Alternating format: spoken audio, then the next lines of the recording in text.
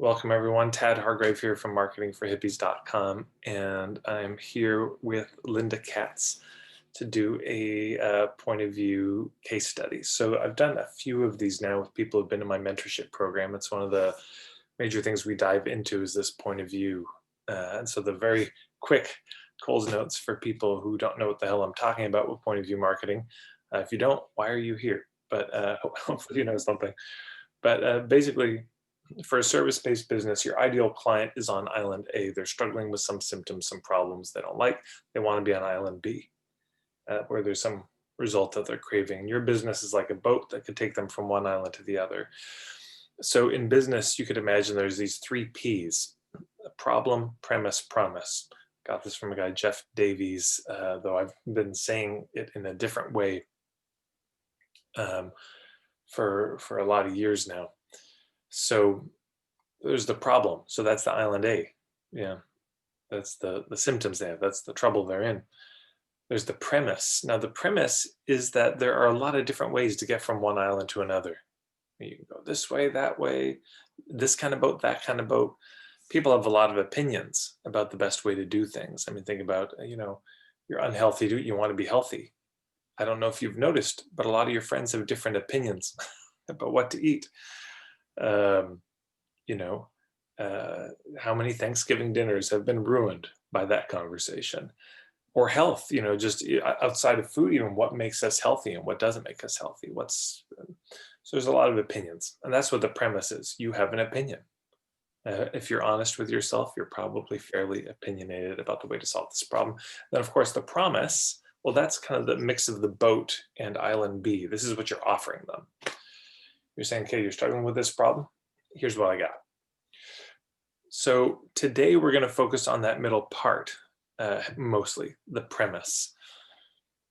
And I would suggest that this is the most compelling thing you can put. Once you've got the problem articulated as a service-based business, that's most of it to begin with. But then I think most of our marketing needs to be sharing our perspective. We're not really trying to convince people to buy from us. We're just trying to make the case for a point of view. We're just sharing how we see things and trusting that the people for whom that resonates will lean in, take a step closer. And of course, then it's good to have a good offer and something well thought out and well priced that's not outrageously expensive for so little that it'll break the bank for you. Anyways, that's the extremely truncated version. You can check me out on SoundCloud and my YouTube. There's tons of videos I've got about point of view or audios and I got an ebook about it and all that. But we're not here to talk about me and my point of view about point of view. We're here to talk about Linda and her point of view. So Linda is in my mentorship program currently, and she, when she came in, boy, if I recall correctly, so feel free to correct me if I'm wrong on this, but mostly her work was this work with Koya, which a Qoya, which is a dance and movement thing that she did with women. But through the conversations, we realized, well, a lot of them are entrepreneurs, a lot of them are self-employed. And so there was a kind of a thread we followed there for a bit. And then she began to realize that at the heart of it, yes, they're entrepreneurs and there's something about this practice that's freeing and liberating for them. But fundamentally, this was because their voices were muzzled. They felt muzzled in their life. And so this theme emerged of this journey from muzzled and kind of feeling trapped to being wild and free. And through that, a beautiful, just staggering, and I don't say those words lightly, I just think it's really incredible what she's come up with as a point of view. So Linda, with all that, welcome. Thank you. Thank you for having me. Thanks for everyone for being here. Yes. So is there anything you'd like to say? Anything you want to correct that I said? Or?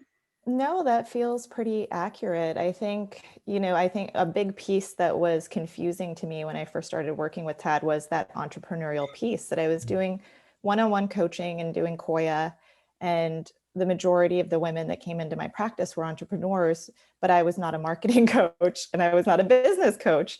And so I couldn't quite understand what it was about this particular journey that women were on that were leading them to me as a wild feminine kind of life coach. And so that's really a big piece of the work that I've done with Tad to get really clear on that.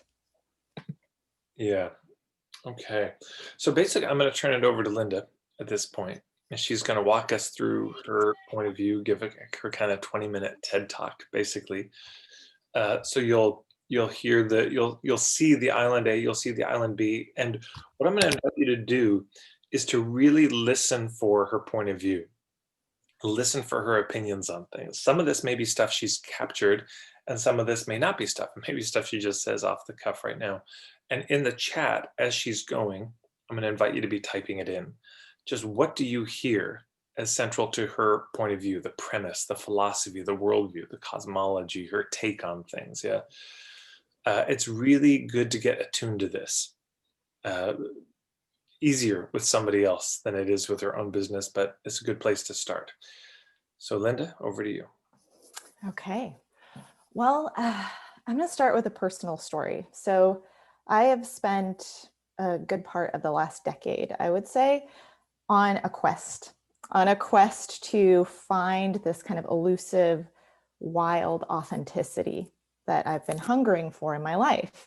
And the first part of my journey, the first 5 years, was really the hero's journey, where I was breaking out of all of these external cages that I thought were keeping me constrained. So I went to the Institute for Integrative Nutrition. I studied health coaching. I decided I was going to leave my corporate job with 1 year of experience in coaching and, take the leap and the net will appear kind of thing. Started to coach full time, ended up meeting my husband. We moved from Los Angeles to Austin, Texas, made new friends, picked up new hobbies. And so at the end of that first 5 years of my journey, the outside of my life looked completely different than it did at the beginning when I started.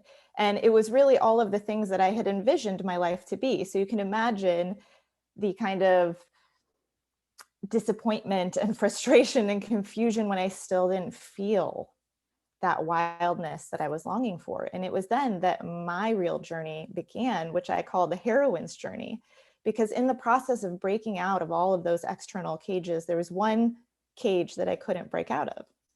And that was the cage that lived within me. It's kind of like that saying, like wherever you go, there you are. So I would take myself with me into whatever new situations I was in.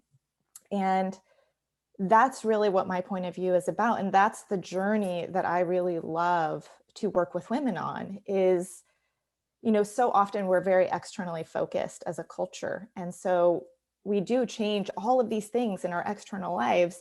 And then we get to this point where we're like, well, I've done everything that I thought I was supposed to do to feel this way, and I still don't. And so that's when the real kind of journey begins. So I want to spend a little bit of time speaking to you about how I define that internal cage, and then the map that Tad and I have created to basically break out of that. So at its core, the internal cage is an imbalance between the masculine and the feminine energy within us. So basically, it's where the masculine energy has become dominant and has basically repressed the feminine and split it in two. And so I call these characters or these archetypes or these energies, the good girl, the rebel are two feminine, and then the Tyrant King is the masculine. So we'll start with the good girl, because I think she's probably one of the easiest to see. She's become a bit more popular, for lack of a better term, in our culture. So the good girl holds the pole of the light and the good when it comes to the feminine. So good girls tend to be people pleasers. They tend to be achievers. They care a lot. Like when we're trapped in good girl patterns, we care a lot about what other people think of us. We're very hungry for external validation to prove that we are good enough. And if you're trapped in a good girl pattern, for example, you might have a really hard time saying no. You might say bloop, yes to a question before you even take a breath. pause, say like, is this something that I want to say yes to? That's not even present, right? It's just kind of an automatic response because you know that's what the other person wants to hear. Good girls also tend to have a really hard time honoring their boundaries. So when it comes down to it, for me, kind of the crux of the good girl is that she believes that she has to choose either herself or other people. And the good girl will always choose other people because that's what it means to be a good woman in our culture. If she chooses herself, that would make her selfish and therefore bad. And then that whole kind of identity that has been built up starts to kind of unravel. So that's the good girl. And then we're going to move over into the complete opposite of her, which is the rebel. So where the good girl holds the pole of the good and the light, the rebel is kind of the bad and the dark energy. So where the good girl complies, the rebel defies. She loves to push against. Where the good girl is very afraid of conflict, the rebel kind of relishes in it. She seeks it out. The good girl is very concerned what other people think of her. When we move into the rebel, we kind of come into this phase of hashtag 0 fucks given. Apologize for the potty mouth on that one, but yeah, there's a hardening, right? So the good girl is very concerned with fitting in, and the rebel is very concerned with authenticity. But for the rebel, that authenticity isn't really grounded yet. And so it always needs to be defended. So there can be a lot of hardening around this authenticity for fear that we might lose it again. So what often happens is that if we've been trapped in good girl patterns and we begin to become aware of them, is that we see that piece of ourselves and we're like, never again will I, lose myself. And so we build these kind of borders around ourselves for protection. And really, the rebel also has the exact same belief, but the mirror opposite of what the good girl has. So the good girl believes that she has to choose either herself or other people. And the rebel believes the same thing. But the rebel will always choose herself over other people because that's what it means to not be a doormat. That's what it means to be a powerful modern woman. So I think for most of us, it's easier to see how the good girl can become a cage. It's a little trickier to see how the rebel is also a cage because on the outside, she looks a bit like freedom. We're the good girl, when we're looking, especially from the eyes of the good girl, the rebel, we're like, oh my God, how did she dare to say that? But they're actually mirror images of one another. They're actually two sides of the same coin. And they're both their own version of a trap. So they're both reactive, right? They both need something else outside of them to define who they are. The good girl defines herself by who she complies with, who tells her what it is to be good. The rebel defines herself by who she defies, kind of like that, damn the man. She needs something to push against in order to find that sense of herself. And in either case, there's no room for wholeness. There's no room for the kind of messiness of being human.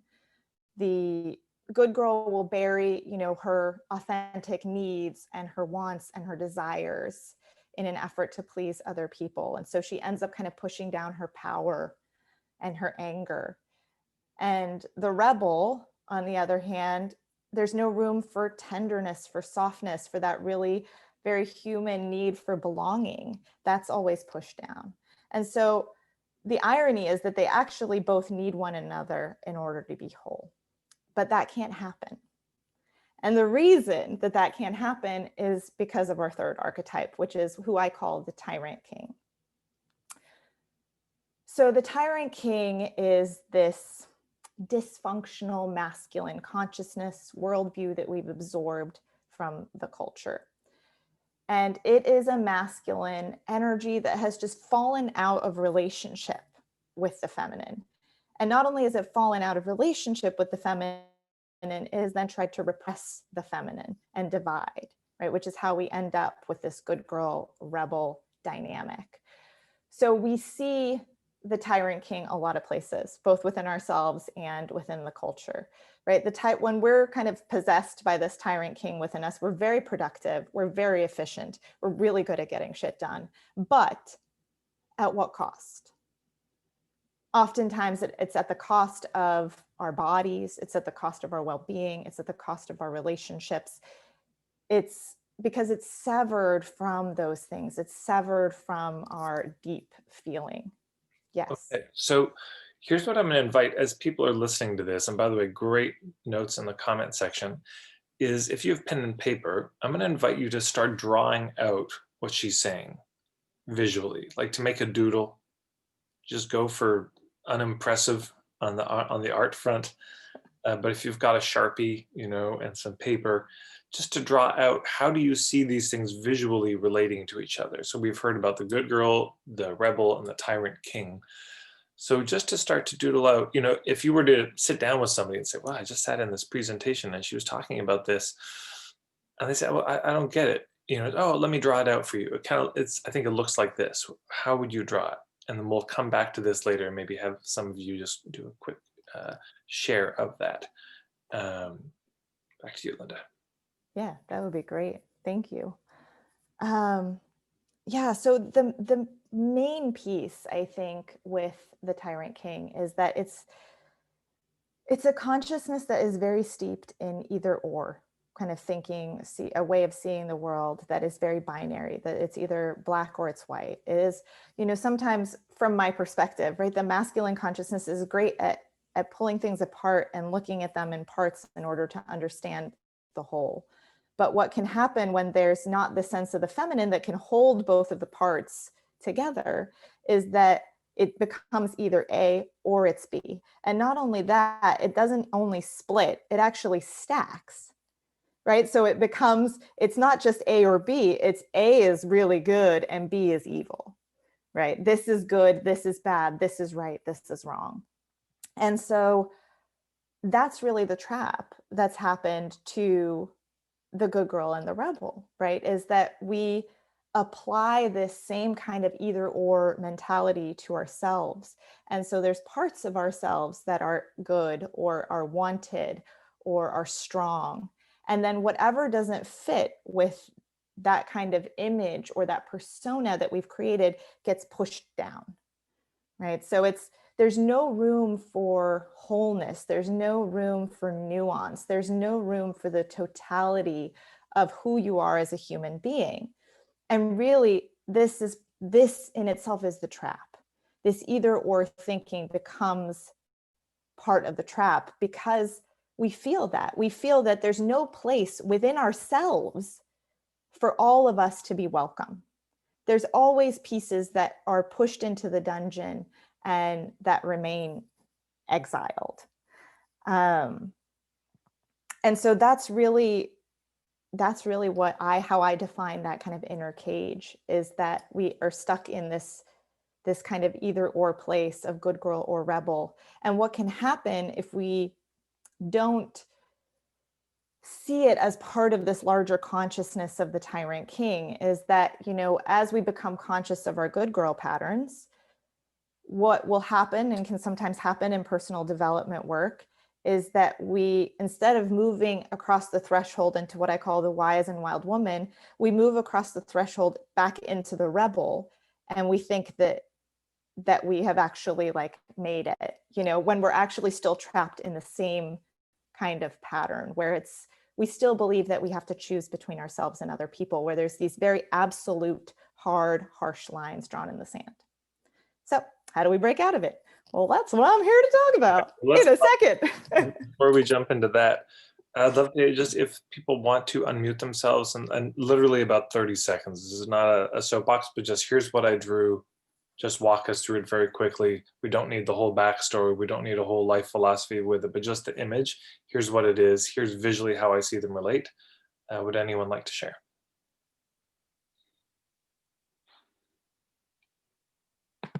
Nobody.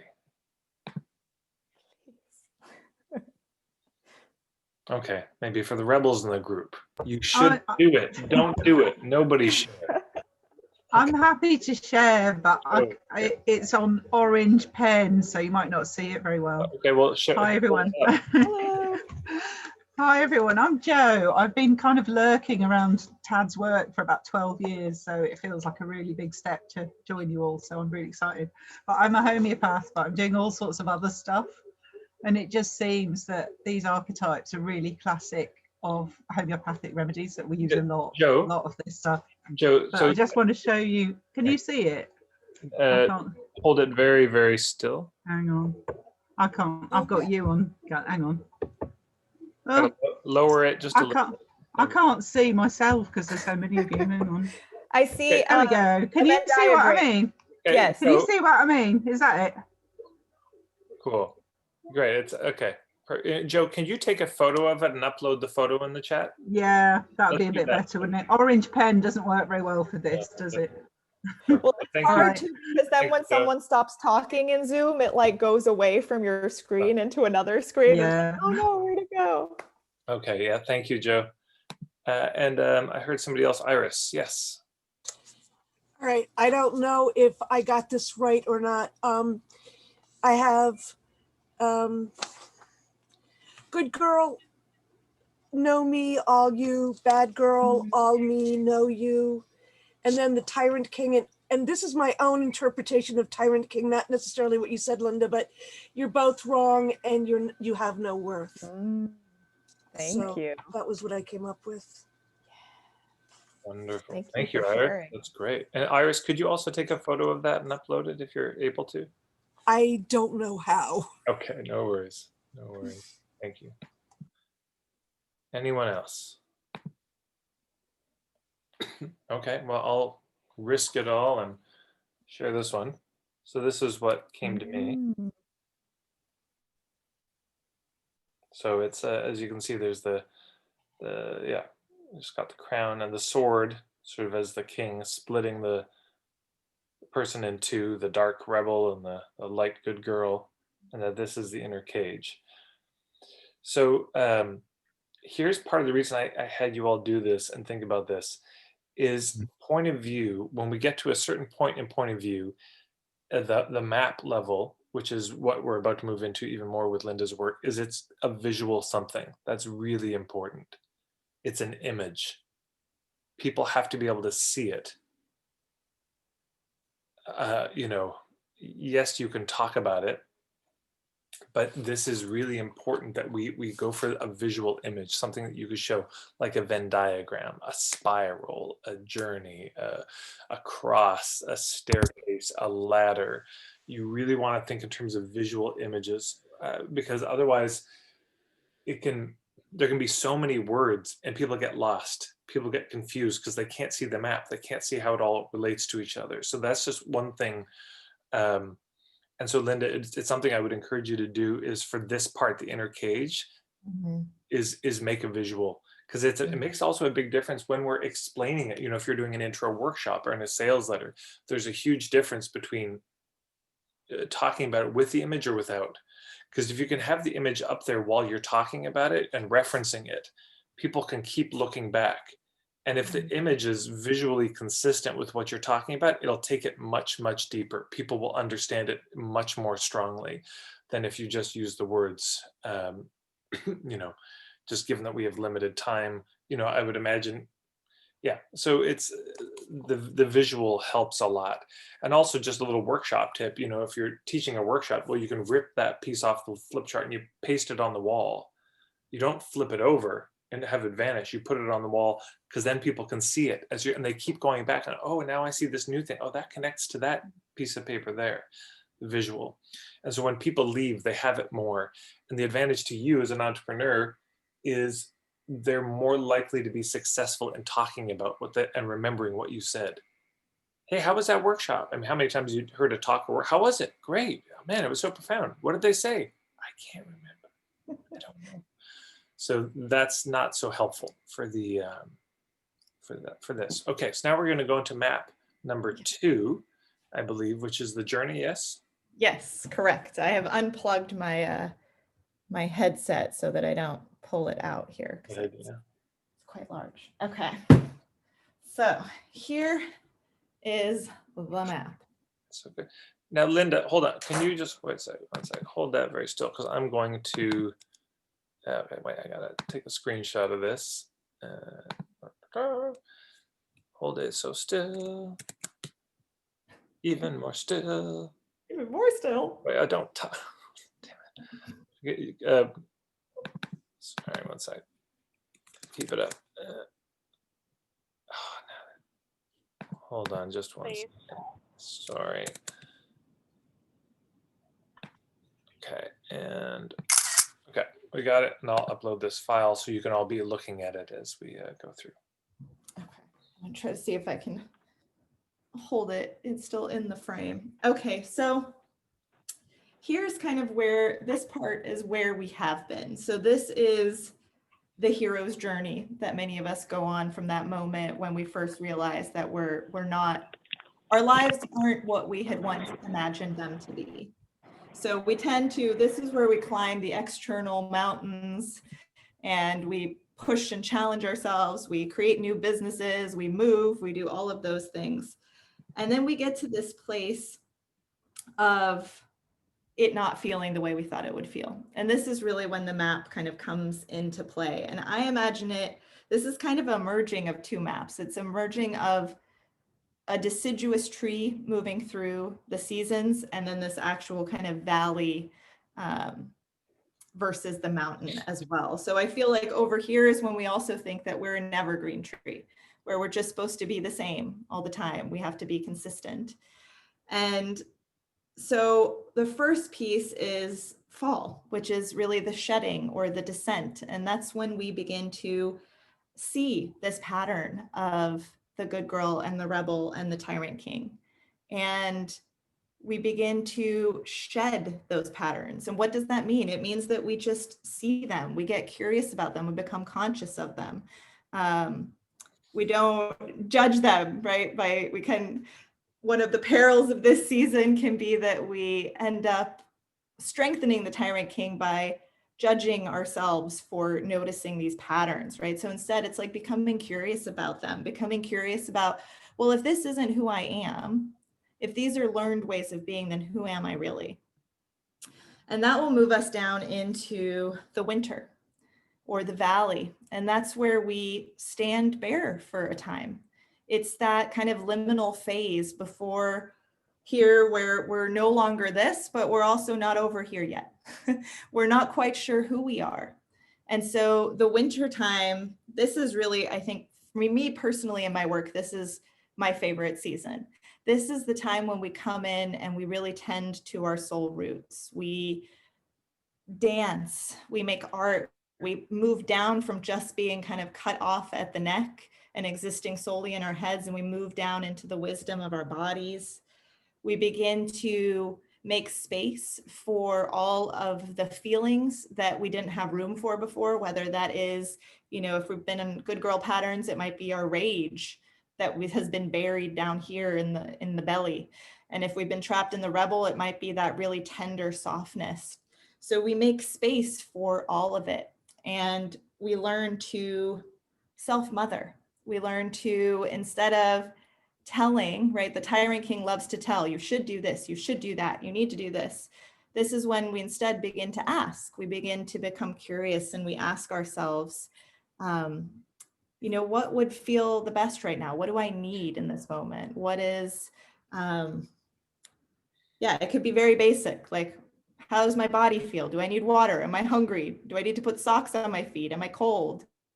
Just those real basic things that can bring us into our own reality, into our own ground. So this is really about finding that deep connection with ourselves, also that deep connection with soul, reclaiming those soul practices, dance, song, art, for themselves, right? Out of the realm of the tyrant king who likes to label them as being either good or bad, right or wrong. So oftentimes we stop those soul practices when we don't believe that we're good enough at them.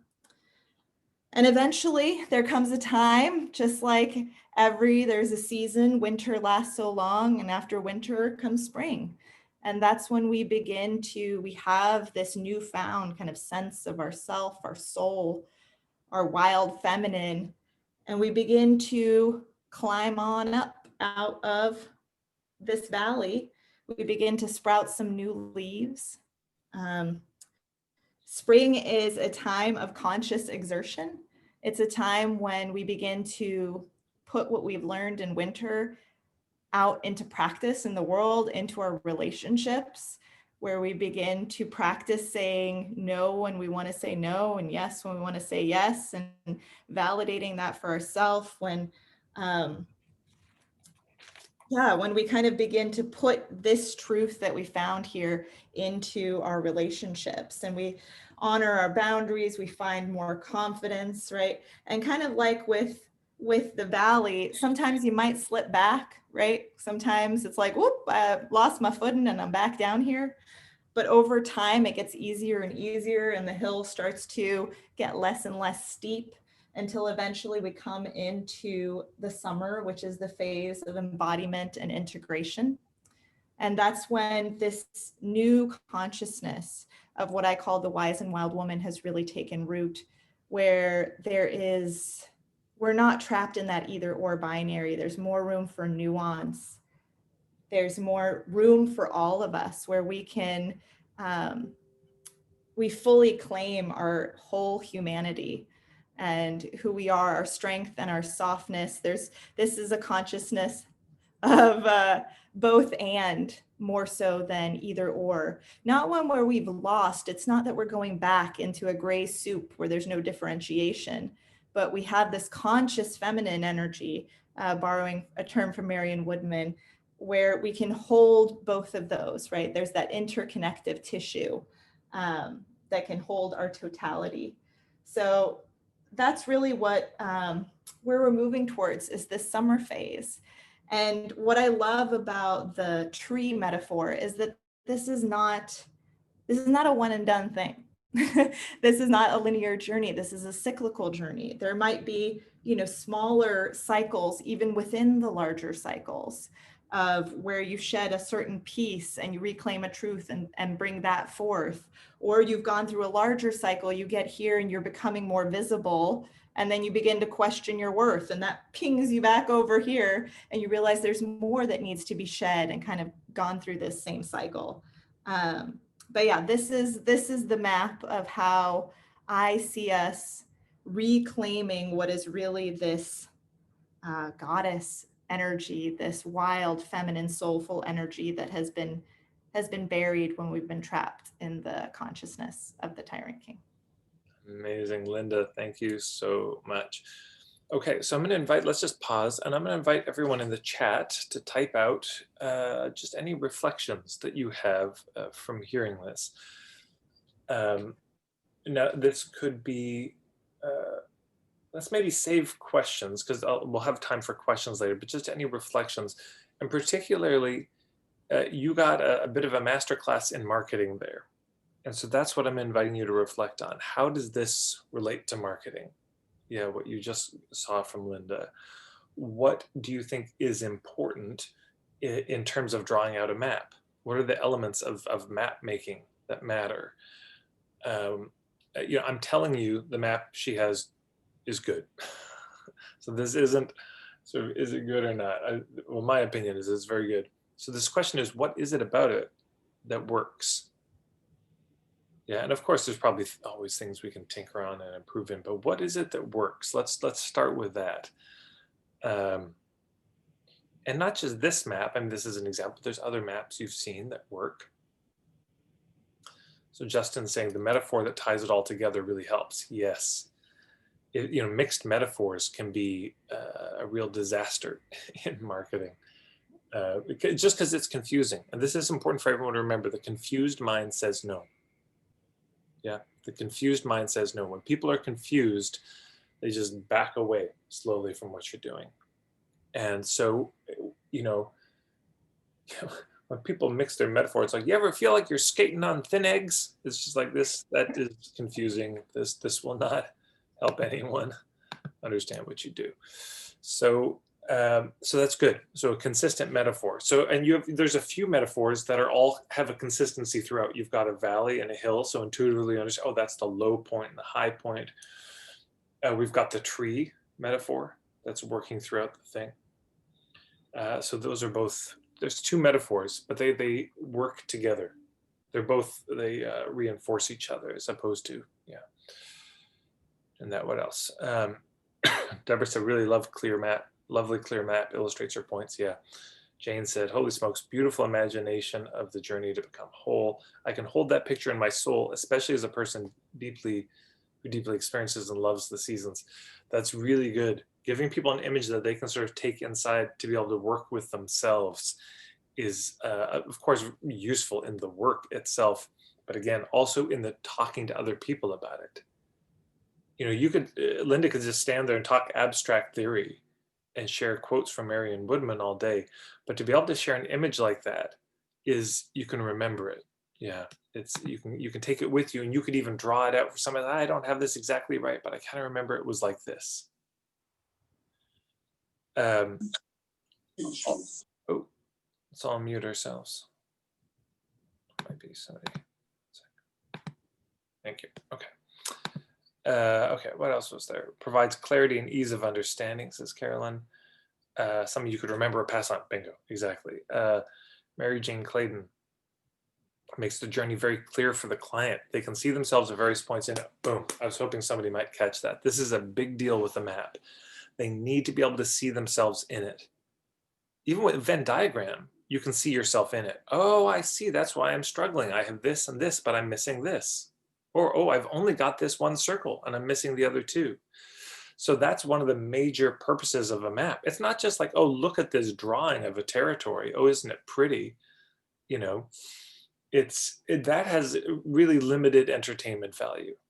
You know, you can get a subscription to National Geographic and see all the maps, and great. You've seen a picture of another place, but it's not useful. It has no utility for you. So, but if you've ever been in a city and gotten lost in the city, or been in a mall. I mean, I come from Edmonton. West Edmonton Mall used to be the biggest mall in the world. The fact that it's not horrifies me, that there could be something bigger. But, you know, you get into a mall that size and you get lost very quickly. So they have those maps. And what do all the maps have? You are here. That's really important. So a map needs to be able to, people, either you're focused on, hey, I work with people at this point in the journey, so you are here, or at least it's clear enough that they could, as they hear you unveil the map, they could say, I know exactly where I am. So to say that another way, there should be no doubt in their mind where they are on your map. That should be self-evident to them just right away. They should be able to see it and kind of know. I mean, maybe not just from looking at it, but once you've gone through it and said, here's the elements, and here's how you would know if this element is there for you or not, it should be clear. One of the major advantages of this from a marketing standpoint is sometimes people think they're doing pretty good and they're not. You know, people think they're healthy and everything's wonderful, but that's because they've never stepped back and looked at the bigger map. They've never looked at the bigger picture. And when they do, they're like, oh man, okay, I'm a long way from Kansas. Got it. Huh, I hadn't even thought about those elements. I thought I was doing better than I was. I thought I was closer than I was. It's, you know, one of my colleagues, Tammy Johnson, she has a business, The Financial Guides, and she would do this day-long workshop called Financial Journeys, where she'd basically say, here are all the elements you need to have in place, you know, for your finances to really be working. And of course, most people had almost none of them. People just been ignoring it and hoping it would go away, throwing the receipts in boxes. And if they did, even put it in one box, or just, anyways, by the end of it, it was a humbling, sobering kind of wake up call for a lot of them. Like, oh, this actually is important. I do want to handle this. So very helpful, this map. They can see themselves in it. They can see the things that they didn't see. That's another thing to say about maps. All maps will have parts you recognize. But if it's a good map, it also has the places you don't recognize, the places you haven't been, that you haven't explored. A map is no good if it's just the places you've been. You already been there. You already know them. You know, if you've been in, you visit a city, well, I know how to get to that cafe. Yeah, but have you ever had this where you're traveling, you come to a city and you're in a certain neighborhood? I had this with Edinburgh last time, where I'd been to Edinburgh a few times, but I was in this neighborhood, then I was in this neighborhood. And one day I was walking and I suddenly, maybe it was the Royal Mile I came to, and or not the Royal Mile, it was the Grass Market. And I just like, holy shit, that's here? But I came from, wait, then what is, I thought that was over here. And I, completely mixed up in my head about where things were. So yeah, the map's got to have the things, but this is the other key piece with the visual, with the map. It has the things you recognize, the things you don't, but it also shows you visually how they relate. And so you can see why this is so important. Even as Linda was talking, she'd say, oh, it's not just that the Tyrant King consciousness divides the world into two. She did that visually. You could see that it was not side by side anymore. It was this. One is better than the other. So that visual, if you were going to represent this, it wouldn't be just that the Tyrant King, splits it in two, but you can see this asymmetry. So there could be a couple maps. Well, in one map, the good girl's up and the bad girl's down, and this one, you could have this. So there's lots of ways to play with it that when people see it, they're just, I get it. And, oh, I see where I am in there. So very good. Yeah, you can see yourself. All right. Michelle said maps work on a metaphorical level. They speak to the subconscious. Yeah, they can. Images, Carl Jung, archetypes. This does speak to a very deep part of us. Just that gets it. There's some part of our ancestry, that we're bequeathed with, that had to deal with a lot of complexity. And we inherit these images. That is a real helpful shorthand for us. Yeah. And Joe said so much shedding at the minute due to COVID, jobs, relationships, lost purpose. Great. So that's interesting. You can even not just see your own personal life, but you can see the life of the culture sometimes in a map like this. Like, oh, wow, culturally, we're here. Yeah, very helpful. The journey of learning along the way. Beautiful. The map really ties it together, makes the process feel like a very natural part of life. The seasons as touch points really helps make this seem doable and not overwhelming. Thank you, Deb. Good catch. Yeah, this shit is so overwhelming. My God, life is overwhelming. And people come to you overwhelmed. Yeah, on Island A, life is shitty and hard sometimes, and they're overwhelmed. And then if it's like, oh, hey, no problem. And then you talk to them for 2 hours in a way that confuses them more. You see what you've done to them. Now they're just like, God, I was drowning already. And you're like, oh, but wait, hold this heavy thing. Here's another heavy thing. Here's, oh, these are so solid. These ideas, they've got heft. Hold on, blah, blah, blah, blah, and they just drown. It's not kind to people to overwhelm them in that place. What we want to be able to say is, hey, here's where you are, and here's how you get there. Because also if you've done the traveling thing and then you're lost in a town and somebody gives you directions that they give to the local, it's not helpful. This is more overwhelming now. You're already desperate to get somewhere. You're in a rush. And then they're telling you, go down to, this place and that place. And they're just referencing things that only a local would really understand.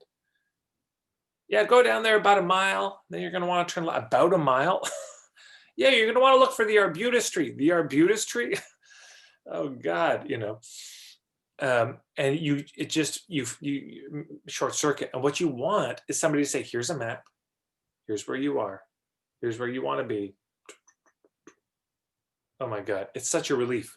Sometimes if you're desperate enough, you almost want to cry with relief. So isn't that, it's an amazing thing to me. Your marketing could be a relief to people. Why? Because it helps make sense. So with this, problem, premise, promise, I'll say it a different way. Empathy, context, guidance. That's the same three things. So when people are in pain, what's the first thing they need? Empathy. Just somebody say, boy, that hurts. So that's the headline. That's the headline of your sales letter, of your homepage. Hey, are you this kind of person in this situation? I get it. It's hard. You don't have to belabor. You don't have to stick the knife and twist around. Just acknowledging where they are, that they would read it and say, oh my God, that's me. Not that's nice. But then context, well, that's the premise. I realized this years ago that life is painful enough, but pain, most of us can bear. There's some pain that will shatter you, but a lot of pain you can bear. But the thing that makes bearable pain unbearable is not knowing why you're in pain. Yeah. The thing that makes bearable pain unbearable is you don't know why you're in pain. You don't know what the pain's about. Why am I heartbroken again? Why did another relationship fall apart again? I thought I did everything different. Why am I still broke? I did all the right things. Why am I unhealthy? Why did this disease come back? I ate all the broccoli. I was doing the wheat grass. I was doing everything. It's so painful because that's where you give up. That's where people just, it's the old W.C. Fields quote. He said, if at first you don't succeed, try again. If you still don't succeed, quit. Don't be a damn fool. That's wise though. There is actual wisdom in that. Don't throw good money after bad, in other words. And if you're just flailing, which is what most people are doing and trying to handle their problems, you just do give up. At a certain point, you just, whatever. I'll just, it's not worth the effort because nothing's happening. So when you show a map and you say, look, here's where you are. Here's where you want to be. Here's the terrain between here and there. Or a Venn diagram. Here's the elements you have and the ones you don't. That's why it hasn't been working. People just suddenly sit up like, oh, that could work. So you see what I'm saying? In marketing, we're not making the case primarily for them to buy from us. Hey, buy from me. We're saying, look, whether or not you buy from me, whether or not we ever work together, let me make a case for an approach to this. Of course, if you work with me, that's the approach we'll take, but let me make the case for that approach. There's all sorts of reasons it's not going to be a fit for them to work with you. Tons. So it gives people such a gift to give them context. Yeah. So it's empathy, context, and then guidance. And so guidance would be, look, here's my best recommendation on what to do. Now that might be working with you. It might not be. We've all had times where you talk to somebody and you say, you know what? I'm not the best one to help you. So many times I got a colleague of mine, Alex Baisley. He's really good at helping people figure their shit out. Like he's got a workshop called the What the Fuck Do I Do with My Life workshop, bigdreamprogram.com if you want to check them out. But people come to me from time to time too early. They don't actually have a thing to market. So I'm like, okay, this is not a fit. You go see Alex and come back to me once you got something to work on. So that guidance doesn't mean buy from me. Guidance means I've heard your situation. I hear your troubles. I've shared my sense of why you're there. And based on that, here's what I would honestly recommend. And again, honest recommendation could be, you know what? We could knock this out in one session. This is not a big deal. You're actually doing okay. Really? Yeah, you're fine. It's just this one thing. No problem. But it also might be, you're in a bad way. You need a lot of help. This is going to be about 3 years of work and regular stuff, especially to begin with. This is going to be weekly. I need to see you weekly for a year. That could be just as true. Yeah. But you just tell them the truth, basically, of how you see it. And then they decide, but this context piece is so important. Why am I hurting? That's one of the most painful parts of Island A. Why am I still on Island A? I don't know. Why can't I get off this fucking island? Yeah. Okay. Maria said it captures the journey, the ups and downs, nature, metaphors, trees, relatable. It's so important that it's relatable. Yeah, it's just got to be something that's like, oh, that makes sense. I've seen that before. Yeah, very shamanic. Yeah, I would agree. Richard said, what worked for me was a balance of storytelling and concept, how it embodied in pictorial fashion as if painted on a Lascaux cave wall. Yeah, exactly. I had the same feeling. Telling an ancient and cosmic story that would be challenging to tell, but was so well and simply told. I agree. Thank you. Thank you, Richard. Yeah. Maria, relatable. Lee, love the analogy, always pivoting, be open to your surroundings. Nice. Nicole said, I've never seen in my mind's eye the image map of my point of view. Thanks to the past 15 minutes, I know exactly what it is. That's wonderful. I look forward to drawing it out. I'm struck by many elements that have meaning that contribute to the strength of the metaphor. Yeah. Yeah, it's really important that the map, I mean, there's other elements of point of view, but we're talking about the map now. It's important that it's coherent. Again, if you have here's an example. Somebody in their point of view work in the mentorship program, they had a ladder. Yeah. But the ladder started with, at the bottom was the thing that was the goal. So you see how that doesn't work. Nobody starts a ladder from the top. So our just visceral understanding of ladders, you start at the bottom and you go up. You climb the ladder. You have success.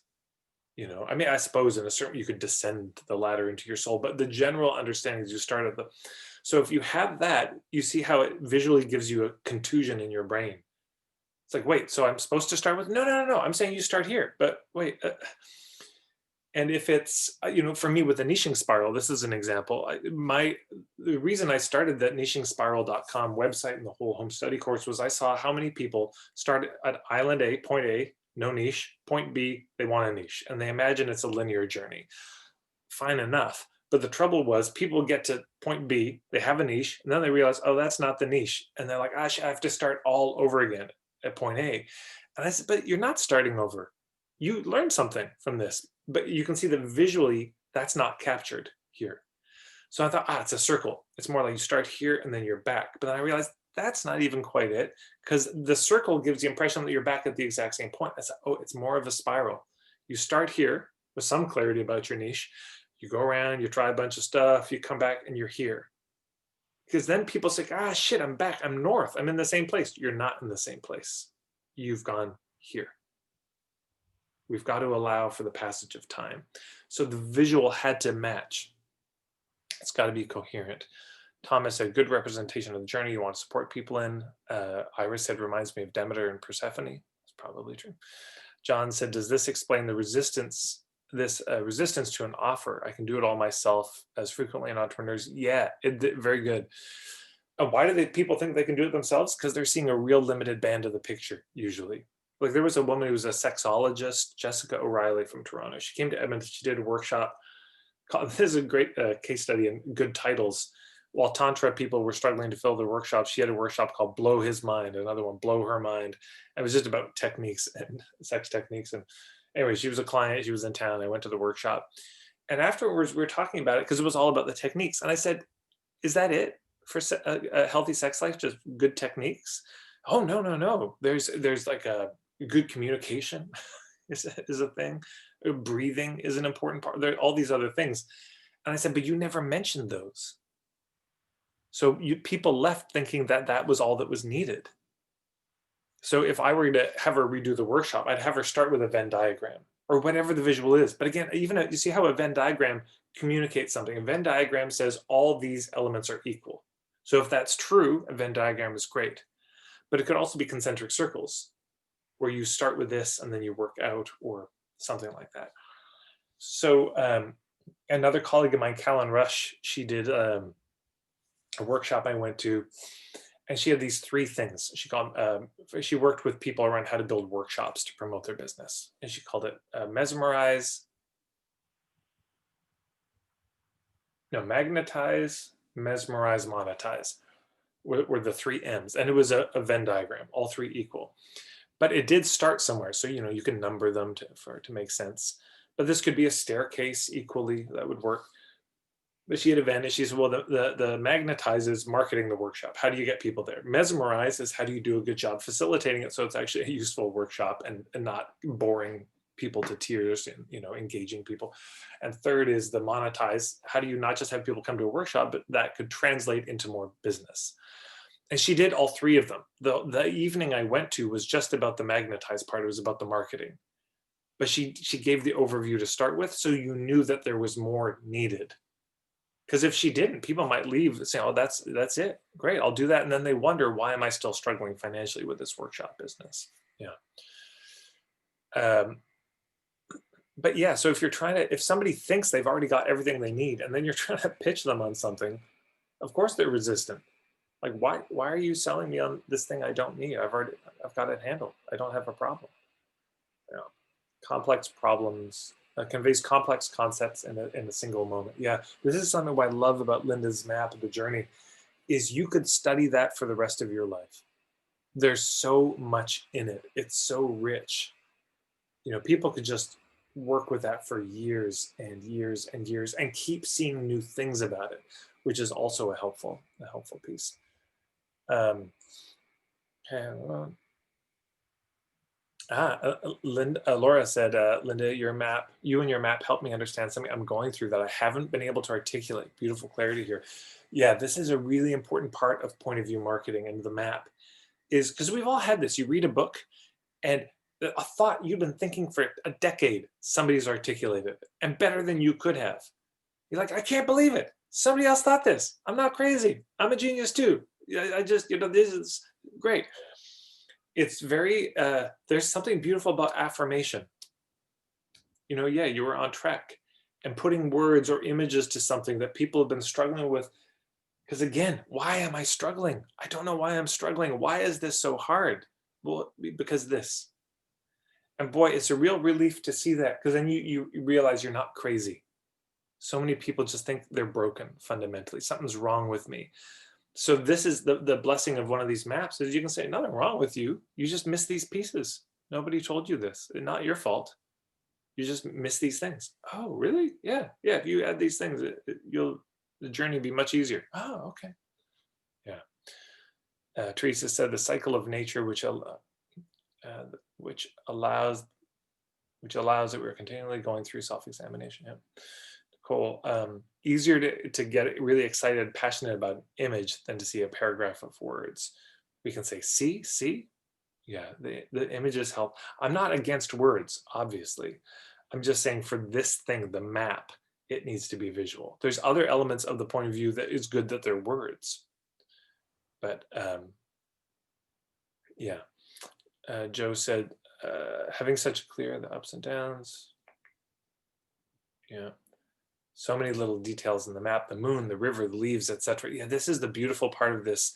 You're really cooking on the map when you could zoom in and then zoom in again and zoom in again and still have stuff to talk about. That's how you've got some chops.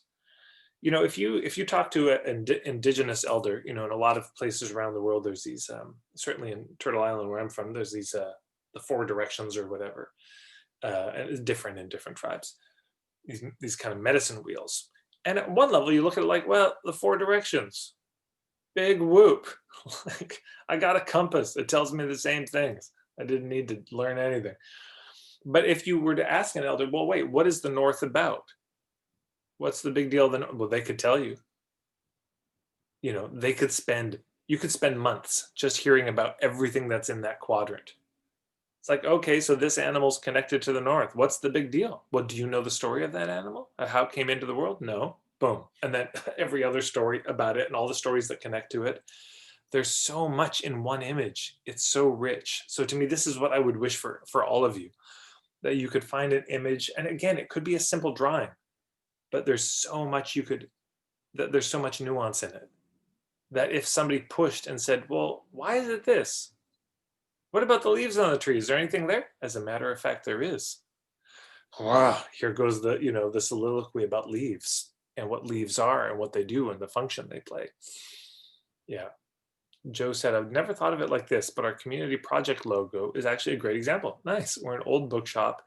It used to be called Archway Books. So I wanted to bring people towards us, but also honor the Archway Bookshop to give a sense of place belonging. Nice. Yeah, sometimes you realize, oh, I've already got this. It's already in my business. Right. But then you hone it. And here's the thing. I have seen this where people actually have it all mapped out. But is it anywhere in their marketing? No. You look at their sales letter. Is it there? Nope. Which is crazy. This should be somewhere in the sales letter, especially for a big expensive thing. Because what is a sales letter doing? Is the sales letter there again to convince them to buy from you? No. It's there to make the case for a point of view. So share the point of view. That should be, I got this beautiful leather-bound journal from a friend, and this is perfect. So what is the problem, premise, promise? The front cover, that's the problem. It's about that thick. The back cover, that's the promise, the offer, the pitch. It's about that thick. It's not such a big deal. Point of view, it's all of that. You see what I'm saying? Most of marketing is the point of view. So what should most of a sales letter be? This. This is, the naming the problem. Yeah, it's important. You want to cover on a book, but it's just a headline. It's not that big a deal. People get so torn up. Oh, I'm not that good at pitching my stuff. You don't need to be. It's like overrated getting good at pitching stuff. But getting good at articulating your point of view, that is not overrated. John said, I'm a local. The Lost Tourists preferred their wrong sat nav. That's funny. Bad map. Yeah. But boy, isn't that why people come to us and why we eventually settled on what we found? You probably tried a bunch of other maps and they didn't work. Think about all the people that struggle with weight loss just with a bad map around it. Got bad financial advice. Yeah, I just realized I want to connect with my ancestors. And so I went down, I did a bunch of ayahuasca and I called to all my ancestors to live in my rib cage. And now I've gone insane. Hooray. It's like somebody gave you some bad advice. That was a bad map. So also get away from me until you've sorted that out. Yeah, Ira said, you're not broken, you're just in winter, which looks really different than summer. So beautiful, right? I think a good map doesn't pathologize. I've never said that before, but I think that's true. A good map doesn't make people wrong. It just locates. It's not a morality. It's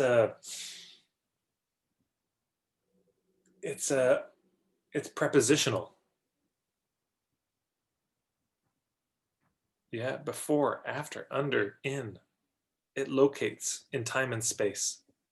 Very helpful for people. Just to not feel lost. Oh my God, that's most of it. What? I know where I am. Then people can galvanize themselves for the journey. Yeah. And Joe said, I have a lot of pagan and permaculture friends, so surrounded by people that talk in that sort of way. And Jane said, maybe a good map is a process rather than an object. Yeah, it could be. It could be. I don't know if I'd make a blanket statement, but that's worth wondering about.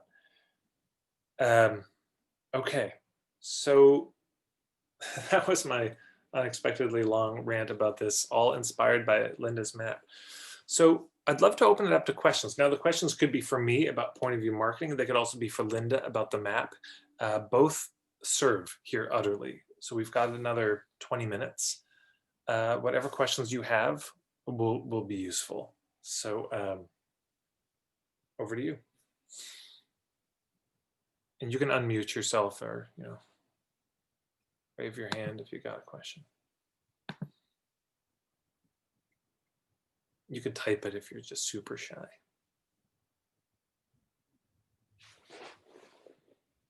Are Linda and I just both so lucid?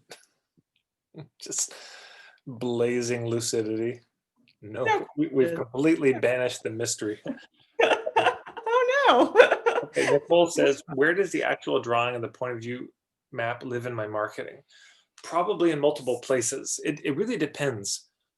Probably not on your homepage. It might be a little bit much for that, but I would say in sales letters, yeah. And with Linda's, you've got this whole map, but of course you can literally zoom in and take photos of the different parts to break it down to help people see it. I would say sales letters, yes.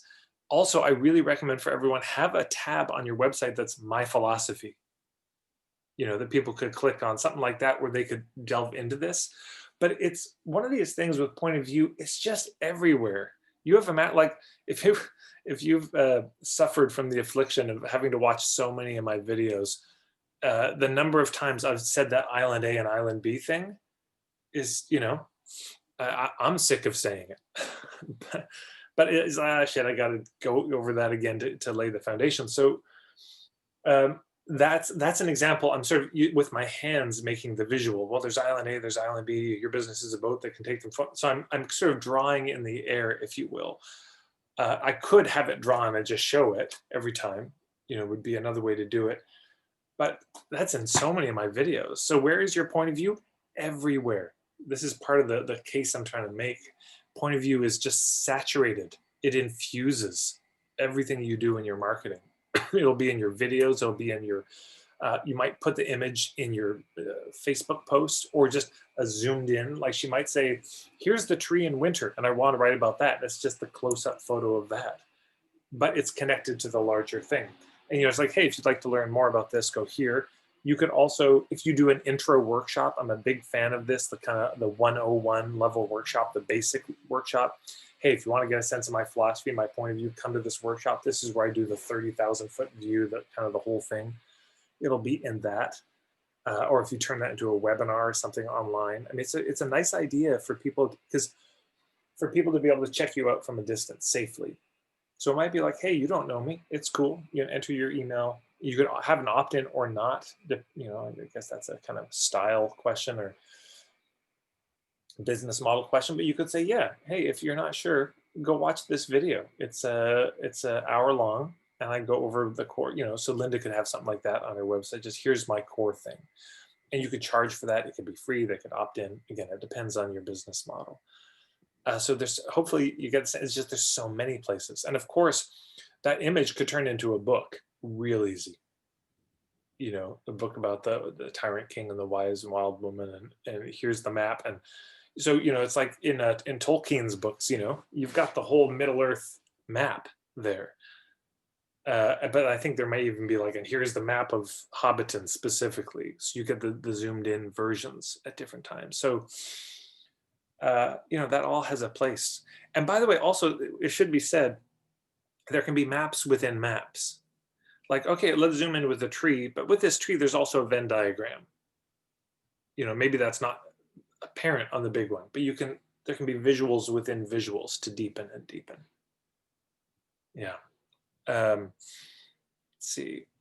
Nicole said, I've been so teased about my point of view stories, but I realize that I'm known for it, and it's what people love about me. I believe it. Yeah, people just want to hear our point of view. Because here's the challenge with most marketing, in my experience, a lot of it is an inversion of this. It's like the cover is that thick, you know, the back cover is that thick, and the point of view is this. You know, so the first chunk of the sales letter is, isn't your life terrible? Are you suffering from this problem? It's pretty bad. Hey, I bet it burns. Aren't you ashamed? Well, hey, me too. I used to live in a van down by the river too. Life is pretty tough. There's that. And then a little bit of education, kind of teasing something that is never really revealed, because it moves right into the pitch. You know, or it's a third. I just would rather have it be like 5%, 95%, something like that. You just don't need that much time to establish the relevance. That's another way to do this, by the way. Relevance, credibility, value. So problem, premise, promise, empathy, context, guidance, relevance, credibility, value. To establish relevance, it's just a good fucking headline. We'll do it. Are you this kind of person struggling with this kind of problem? Yes. I mean, could you give a little bit more empathy and, you know, massage it a bit? Probably, that'd be nice. But you don't have to spend hours talking about it. And the value, establishing the value. Well, what is most of the value? Your point of view and approach. Most of the value is I come at it in this way. That's why they're spending the money with you. And then what's the credibility? Oh, that's what takes time. Building trust, that takes time. That's where most of the effort needs to be. Because if they trust you, if you're credible, if they like your premise, if the context you give feels solid, then the pitch is just a little grace note at the end. Like, you know, if you want more of that, here's where you get it. That's the pitch, you know. Okay. Of course, maybe a little bit more depending on the pricing. Sometimes things cost more. You gotta spend a bit more time. But if they don't like your point of view, I don't care how good your pitch is. If they hate your point of view and you got the best pitch in the world, useless. But if they love your point of view and you do a shitty pitch, they fight you through your shitty pitch to work with you. Yeah. Okay. Can I say something? Please, Mary Jane. Yeah, so that's sort of like the almost exact opposite to what I've been taught from, you know, other marketing stuff about. Like, they basically said, pretty much don't say all your kind of secret sauce stuff. You know, just give the kind of overall title, you know, really go for it on the pain. Yeah. all the pain points and all the good reasons why they should buy from you, Yeah. but kind of minimize that middle bit. Yeah. Here's the complexity of that. That can work. That really can work. You hammer the pain point, yet people will buy. The challenge is there's 3 roles in marketing. Yeah. You've got to get their attention, then you've got to filter, and then you've got to lower the risk. I've got a bunch of videos on this on YouTube. So get their attention, filter, and lower the risk. Well, getting their attention, that's the pain point, obviously. Are you in pain? Otherwise, why do they talk to you? They don't need to talk to you. Like, why do they need you? So yeah, that's one of the ways you get their attention, word of mouth marketing, all that. Lowering the risk. Well, that's a lot of this typical marketing stuff. Join now. Here's the 7 reasons to buy today and guarantee and turn around. I'm not saying it's bad. I'm really not demonizing it. It's good stuff. But it leaves out the filtering. That's what I've seen in most marketing. The filtering is gone. So yeah, you could hammer the pain point and be all coy and mysterious about it and promise big. But in the real world, what happens is people sign up who should not have signed up. It's not a fit for them. Now you're dealing with a few things on a practical level. Refunds that people want. Sometimes 24 hours after having bought the damn thing, they just got hyped up and excited and fuck. Then their spouse, how much? How much? On which credit card? Of our money? So you have to deal with that, of the refunds. And now you're also dealing with a bad reputation. Possibly people feel manipulated, pushed in, but even worse, let's say they don't ask for a refund. They go through your program. People say later, how was the program? Shitty, waste of time. So it's the short game versus the long game. In the short game, that stuff probably works all right. You know, in the introduction to Simon Sinek's book, Start With Why, he makes the case like this manipulative stuff works. Only so many spaces left. Rare opportunity, urgency, panic, buy now, run to the back of the room with your credit card. It works. I'm not saying it doesn't work, but works for what? To achieve what? Yeah. And long-term, does it work? What I'm saying is long-term, the long game in business is that you develop a solid reputation and people trust you. And word of mouth comes from that. Why? Because you're delivering real results for people. The short game is that other thing. So it just depends how long you want to be in business. I don't know, you want to be in business a year and break a lot of hearts. Like, I guess do that other thing. I'm really not demonizing. There's a I suppose a place for everything, but it's not the long game. It just isn't in my experience. So thank you, Mary Jane. Yeah, thank you. Yeah, said oh, and this is the other thing.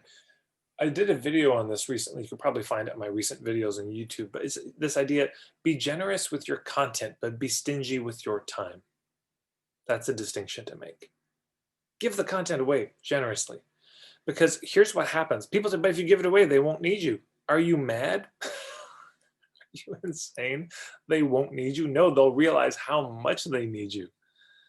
You know, I was talking with somebody who's doing videography on for nonprofits, and of course fundraising videos is one of the big things. And he's like, how do I get clients? I said, I'll tell you one thing you could do a workshop where you teach people how to make their own fundraising video just using like iMovie and your iPhone, and teach them everything.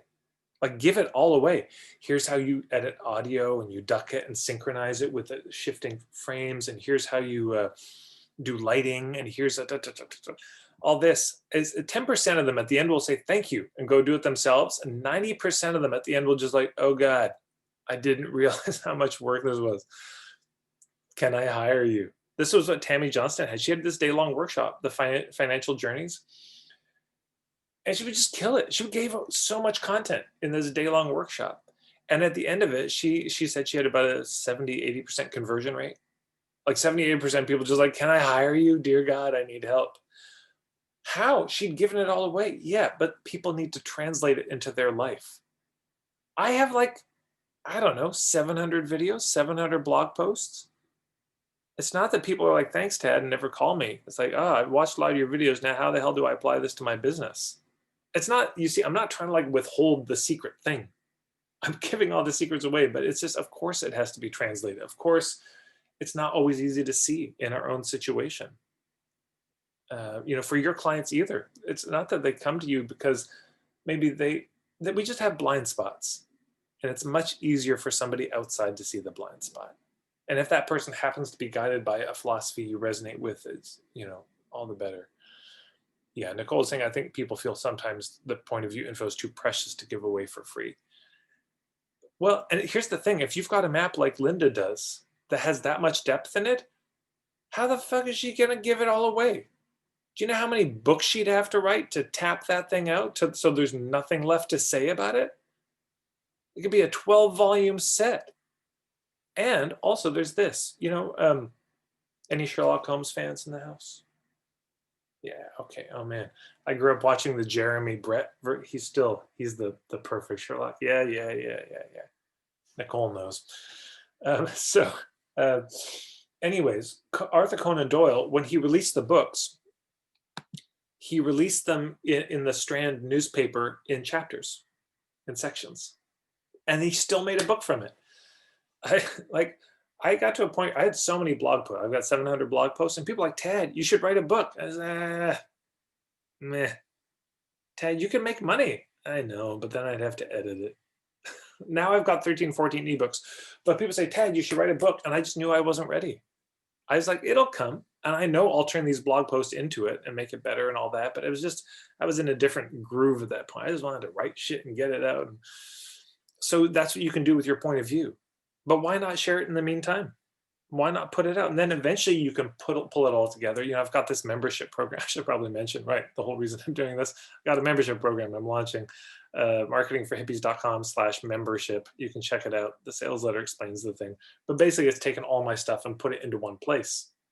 Yeah. So this is me monetizing stuff that I've given away for free, and that is still available for free, but putting it in a way that I think is going to be a lot more user friendly.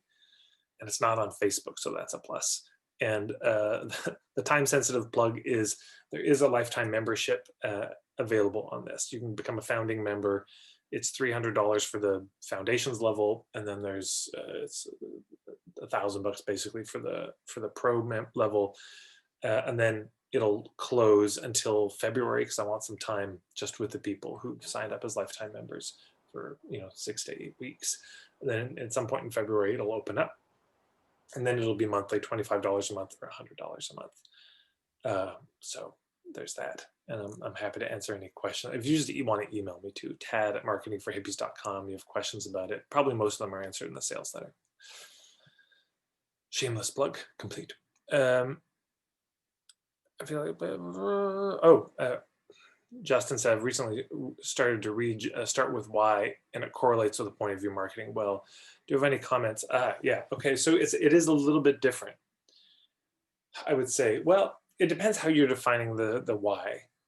I would say that the why is kind of the larger cause. So if I were to put it in the image, well, you've got island A, you got island B, you got the boat, and there's a point of view that guides the way the boat moves, and then the why is like the sun. It's the sky. It kind of arcs over everything. It's if your business was a cause, what would that cause be? If your business was dedicated to a particular issue in the world, what would that issue be? I think it's that sort of thing. It's the mission, the underlying drive behind your business. What's in a few words, you can usually sum it up. An example I often give, there was a woman who did breast massage, and for her, it was about women's empowerment. Yeah, so that's not a point of view about lymph drainage and breast health and all this. It's a much bigger something. So it's connected to point of view. To me, it feels a little bit different, but very much there's a lot of alignment there. Linda said that short game feels like the Tyrant King. The sale, end goal is all that matters versus having the process of selling feeling the way the destination feels. Yeah. And Iris, that's why giving it away works. Yeah. I'm not alone in this giving it away. There's a lot of marketers who, it's a big thing. I mean, remember Eben Pagan a marketer. He talked about he's like, yeah, take your best 3 things, your best 3 nuggets, and just give that away. Because people get so impressed. Like, shit. Jay Abraham, one of the like top marketers of the marketers, like hardcore capitalist marketer. This guy is not a new ager. But I thought his marketing was some of the most ethical I've ever seen. Why? Because his sales letters are 20 pages long, full of his point of view. His sales letters were educational. You learned something reading the sales letter. You came out the other end of that sales letter smarter than you were when you walked in. Yeah. Joe Rhodes says, completely agree with what Tad is saying. Now, as a homeopath, I give a lot of free advice with the local, via the local health food shop, friends and relatives. So encourages people to use homeopathy. They know how it works, but they're also then aware when they need help with a bigger, more complex issue, they can come to me. Right. This will happen. People have the basic and say, oh, I got the basics, but people then run into roadblocks. They don't know. They're not an expert. So they come to you. Yeah, Maria said, I self-published 2 books from blog posts. Boom. And you can leave the blog posts up if you want, or you can take them down. But easy is the new free. You know, easy is the new free. People, if it's like, I say, oh, those blog posts are on my blog. Where? Are they gathered into one place? Nah, but you can find them all. No. Me too. I've got all these Seth Godin emails I still want to read. And part of me is like, I'll just get his next book. It'll all be in his next book. I just can't be bothered to, yeah, it's just in one place, easy, convenient. People pay for that. Yes, and my YouTube videos are going to stay up. They'll also be moved into the Mighty Networks, just so you don't have to leave, but they will be still there. And Mary Jane says, this feels so refreshing and freeing to actually be able to be me instead of keeping me back from my clients only. Yeah, now the truth is you're going to have more time with your clients. Why? Because you're with your clients, like you're working with. So of course, a lot more point of view will probably come out there, sure. And more of it translated to their situation, but yeah. Okay, so we're going to wrap up, but thank you so much for joining. I'd love if you were to, in the comments, maybe just put what was most useful, whether from me or from Linda. Now, Linda, if people want to find out your stuff, where do they go? Can you put your website URL in the chat? Yes. So yeah, if you know some good woman in the world who's struggling, feeling muzzled, not finding her voice, feeling trapped and between this good girl or the rebel and trapped in that, singingbirdcoaching.com. So singingbirdcoaching.com. You can check out Linda's work. I hope you share it up, with people who need it. I'll just personally vouch for Linda. She's been in my program, and you got a little bit of a taste, but I've had the behind the scenes. So, I've seen her over time, and I would lead a workshop with her any day. I would send my dearest friends, family to her for help, easy, any day. So yeah, if you know somebody, send it along. Feel free to give her a shout on Facebook. I was on this thing with this amazing woman, Linda from coaching.com. I'd be delighted. And then there's the membership program. Feel free to check that out.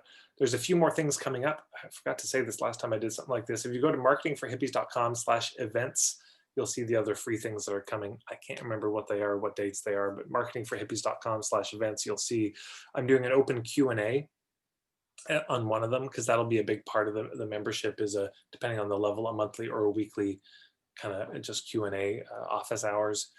There's that. Oh, I'm doing my day-long workshop talking about sharing your point of view. If you've not checked out my day-long workshop yet, it's good. So that'll be coming up. It's pay what you can. It'll be from 10 a.m. to 4 p.m. There'll be 3 little breaks throughout it. So I'll be condensing what's normally a bit of a bigger workshop into a shorter period. So if you're just curious, like, how the hell does Tad see marketing at the third? Because we just zoomed into one element of it. Point of view is one part of that day-long workshop, and we zoomed into just the map part of point of view. So there's a lot more to say about marketing. And if you're curious, You can check that out. It'll be live. If you just want to see it, marketingforhippies.com/intro is where you can just buy the footage of 2.5 hours of footage of that, and with the transcript and a workbook and all that. But why not join the membership where you can get all that for free? And by free, I mean you pay for it, but thank you. Okay, so thank you everyone so much. Really good to have you here. This is one of my favorite things to talk about. Linda, thank you so much for being willing to make the vulnerable leap and share your point of view with us all. Thank you all for your comments here at the end of it. And I wish you well. And I hope you create some real beautiful maps and just share them endlessly with people. I think you'll find it helps your marketing, but it also helps the people, whether they buy or not. And that's not a bad deal. All right, take care, everyone. Thanks, everyone. Bye.